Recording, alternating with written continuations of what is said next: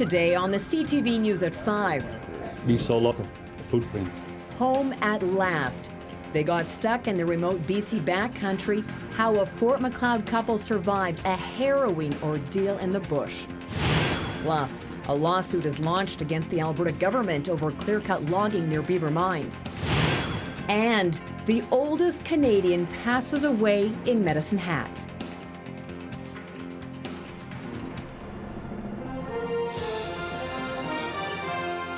CTV News with Jackie Scantlebury. Good afternoon. It's an amazing story of survival. A Fort Macleod couple says they lived on macaroni and sugar water for 3 days while they waited to be rescued from a remote area north of Fernie.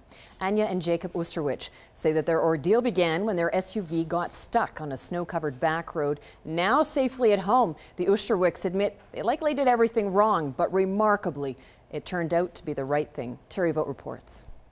I think the cabin is there. Anya and Jacob Oosterwich say what began as a day trip to Fernie soon turned into a life-threatening adventure where every minute was important. The Oosterwichs say they planned to return home through the mountains using a Forest Service road that would eventually take them back to the highway, a trip that ended in a remote area north of Fernie when their SUV got stuck in the snow. I just told my family in Holland, I said, we did the wrong things. We left our car. We took the wrong roads. Equipped with a map, bottle of water, 4 granola bars and 4 apples, the Oosterwichs walked through the night, never realizing that at one remote intersection they had wandered off the main road. It turned out to be a lucky break, eventually leading to an outfitter's small cabin. In the cabin we found everything that we need for a long time, if it was necessary. They found firewood and macaroni, which they used to make a small meal each day. They boiled water and added sugar to it. Jacob used lumber to make a large SOS sign in the snow, and they waited in the cabin. Every day we found new treasures in it, what we needed that day. And on Tuesday we found a radio and got it working. This was a miracle. A miracle because the battery still had enough power to get a message out. But without an address, without any idea of exactly where the cabin was, the couple experienced one more miracle. The weather had remained calm, and while they could see storm clouds all around, the visibility was good. The helicopter was going back to our car and following our footprints, and they were very good visible. I heard it was 30 kilometers.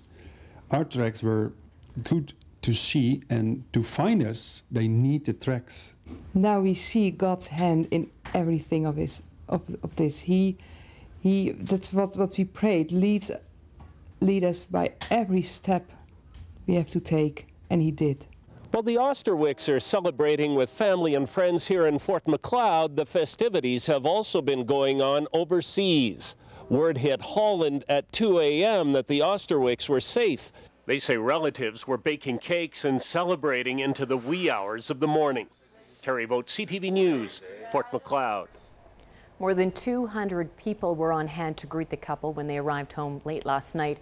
The family says they have been overwhelmed by the show of support. A collision on Highway 25 has sent one person to hospital. It happened at the junction of Highway 519 along Highway 25. Police say that a northbound Ford Mustang lost control and collided head-on with a Dodge Caravan in the southbound lane. The driver of the Caravan was taken to hospital with non-life-threatening injuries. The passenger wasn't injured. The two riding in the Mustang were not injured. RCMP say charges are pending as alcohol appears to be a factor. A 21-year-old Coaldale man has been sentenced in a fatal pedestrian collision in South Lethbridge last September. 63-year-old Thomas Eaglespeaker was hit while crossing 13th Street at 7th Avenue South. He was airlifted to Calgary, where he later died. Dustin Christopher Tarbell was charged with failing to yield to a pedestrian in a crosswalk. Tarbell took a defensive driving course after the incident, and now he has had his license suspended for 1 month. He must also pay a $2,000 fine.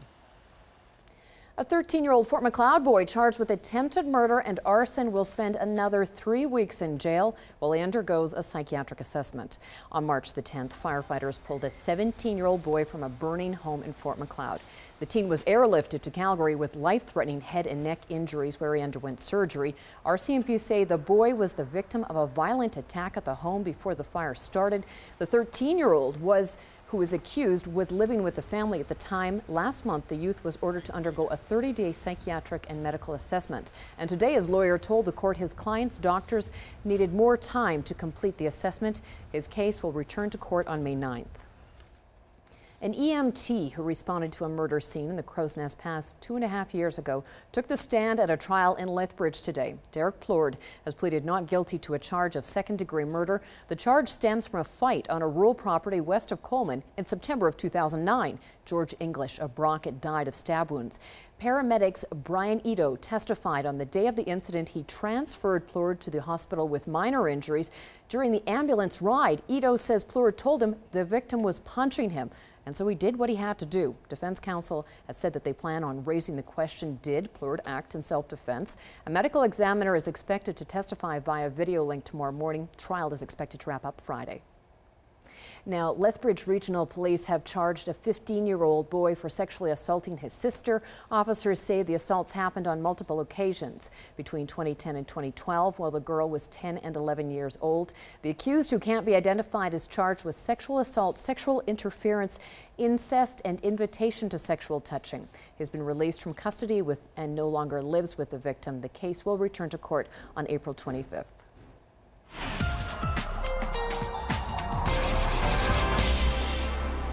Dory Rossiter. Sunshine, mild temperatures still on the way this weekend?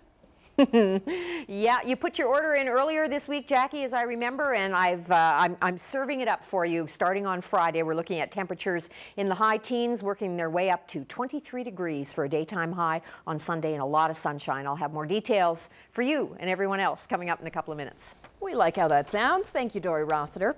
Well, to the election trail now, where we're getting down to the last few election forums. Tonight, the last forum for the Little Bow riding will be held in Vulcan at the Prairie View Elementary School starting at 7. A big turnout is expected tomorrow night as Lethbridge East and West candidates will be put on the hot seat at the Yates Centre. That forum runs from 7 until 9. Members of an anti-logging group are now suing the Alberta government. In January, the Castle Crown Wilderness Coalition spent 3 weeks protesting logging in the Castle Mountain Special Area near Beaver Mines. 4 of the protesters were arrested after they refused to leave, although all of the charges were later dropped. Well, now the group is filing a lawsuit that says the province failed to protect the area despite it being declared a special place.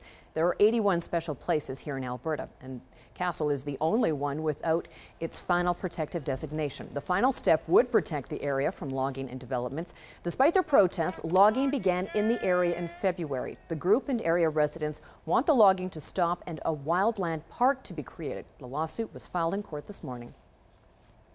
Canada's most senior citizen has passed away this morning in Medicine Hat. Cora Hansen turned 113 years young last month. She was born in 1899 in Minnesota and moved to Jenner, Alberta at 13 years of age. Family members say she lived on her own until 99. Over the past few years, she's been a resident at the Valley View Retirement Center in Medicine Hat. Her doctor told her she had good genes and she was always active. She walked every day until the age of 99, and she never smoked or drank. She is survived by her daughter, 2 grandkids, and 1 great-grandson who all live in Medicine Hat.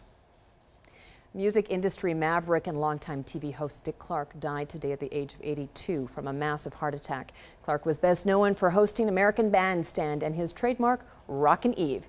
He was also a prolific producer and helped introduce some of the biggest music acts in history to North American audiences. CTV's Tom Walters has his story. A familiar song, a kiss at midnight, confetti in the air.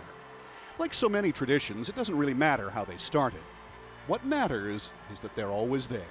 Hi, Dick Clark coming to you live from Times Square. And it seemed like he was always there. It just would not be New Year's Eve without Dick Clark. And away we go with the Saturday American Bandstand. It would hardly have been television without Dick Clark. Rock around the clock. Bill Haley. 1, 2, 3 o'clock, 4 o'clock, rock. Starting with the iconic American Bandstand, Clark produced scores of television shows. And in an age of orchestras, he launched a rock and roll New Year's Eve broadcast. It is now 1973. Live, outside, even in minus 30-degree weather, shaking up the tradition.